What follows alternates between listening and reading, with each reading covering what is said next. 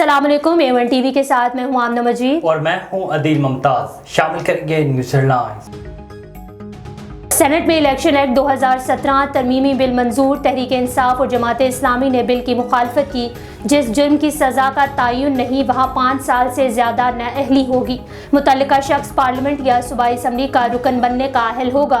सज़ा याफ्ता शख्स फैसले के दिन से 5 साल के लिए नाअहल होगा।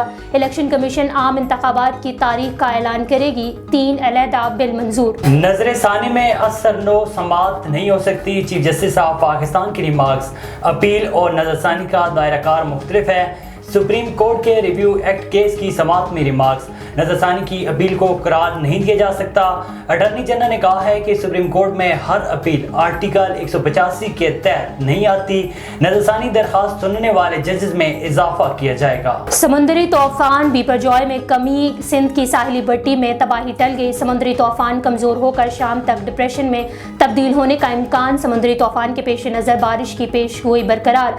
कराची में आज और कल दरमियानी दर्जे की बारिश मुतवक्के। समंदरी तूफान के मशरकी सिंध की साहिली पट्टी पर असरात। शाहबंदर के करीब तूफान थम गया।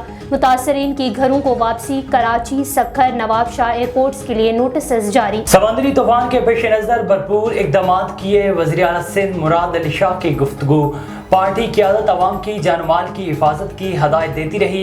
बज़ाहिर तूफान का रुख शुमाल मशरिक की तरफ है, मगर सिंध के साहिली इलाकों मुमकिन तौर पर तूफान से मुतासर हो सकते हैं। और समंदरी तूफान का भारतीय गुजरात की साहिली पट्टी पर लैंडफॉल मुकम्मल। बिपरजॉय ने भारतीय रियासत गुजरात में तबाही मचा दी। 22 अफराद जख्मी। 3000 से ज्यादा बिजली के खंभे गिर गए। 500 से ज्यादा दरख्त उखड़ गए। भारतीय गुजरात के 45 देहात को बिजली की फरहमी मुअत्तल। हेडलाइंस आपने जानी। A1 टीवी के न्यूज़ स्टूडियो से फिल वक्त इतना ही। मजीद खबरों और अपडेट्स के लिए देखते रहिए A1 टीवी। A1 टीवी, सब पे नजर, अंदर की खबर।